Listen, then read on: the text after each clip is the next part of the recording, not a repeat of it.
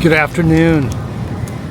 Hey, so today I wanted to go ahead and talk about purchasing a condo, or it could be a house, but anything that involves a HOA or homeowners association.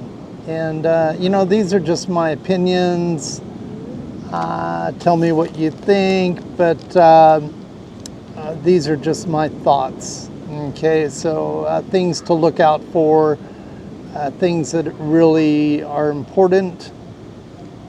So the first one is, if you're looking to purchase a condo, you want to find out if the homeowners association, if you have, hopefully they will give you a report of some type showing the funds that are in the association that they have in reserve, because you don't really want to go into an association or purchase a condo if they have no funds in their account, because then the likelihood, well, two things can happen. Either the property may not be well maintained, or they may raise your association rates. Now, personally, I would much rather have an association that charges a little bit more per month than have one that does not charge enough just to keep a few people happy. Because if the association's not maintaining the property well, then the values of the units are gonna go down, and that's gonna have a much greater effect on you, the owner or the purchaser, in comparison to saving a few dollars on your monthly fees. So it's definitely something that's I think that should be looked at real carefully when you're looking to purchase a condo. And it doesn't matter, that same scenario, whether you're purchasing in the US, the UK, the Philippines, Australia, wherever it is. It's good to check that stuff out, and so you're not going into something totally blindfolded. Yeah, and also on that association, you want to check to see what is the association. Is it one or two people sitting in an office that basically call all the shots, that do all the hiring, do all the approvals, or does the association maybe include 5 or 6 people, and some of those people are actually owners in the complex? For myself, I prefer that the association, some of the people on the association board, if there is a board, that they actually live in the complex. It's definitely the best way to go. So really important thing to consider when you're looking to purchase a condo. Okay.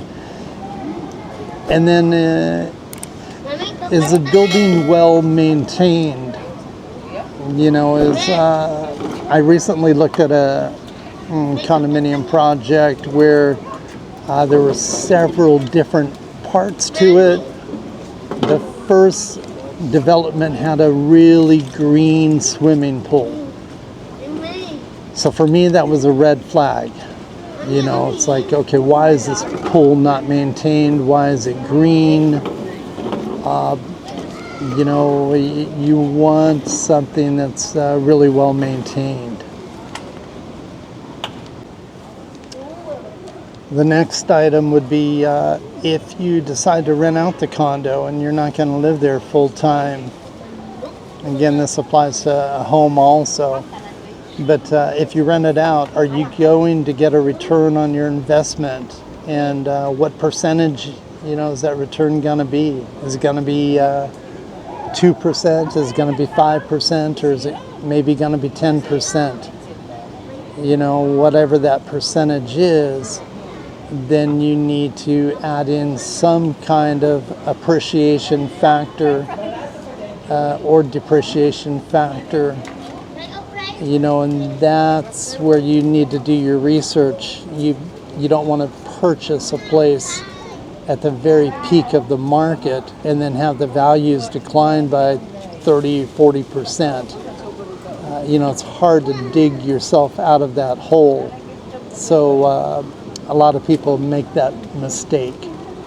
So make sure the market is not, you know, ready to crash, or you know, you want to buy when the market is just starting to go up after a crash, or even during the crash. But don't buy at the peak of the market and then lose all your equity, you know, that you put into it. It's probably one of the biggest mistakes somebody can make. You know, so research that well before you do something like that.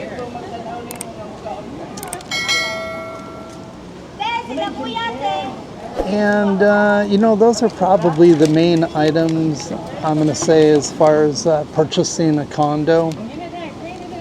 You know, just look over the building carefully, make sure it's being maintained. It's good to make sure you're not going to have some other development go directly in front of you. You know, some things to look for when you're wondering if the building's really well maintained. One of those that I often see is if you've got cracked tiles all over the place.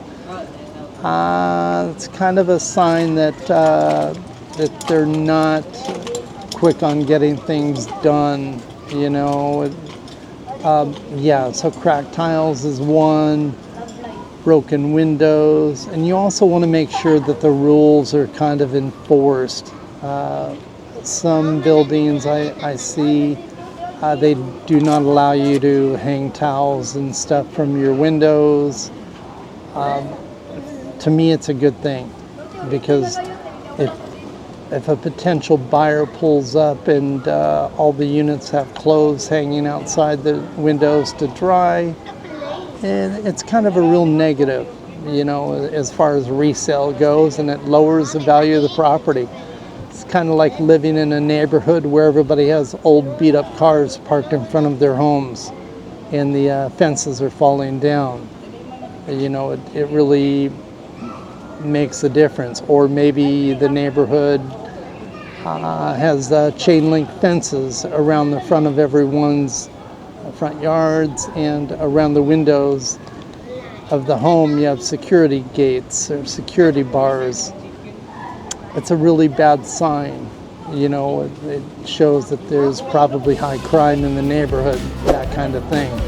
So those are little things to look out for.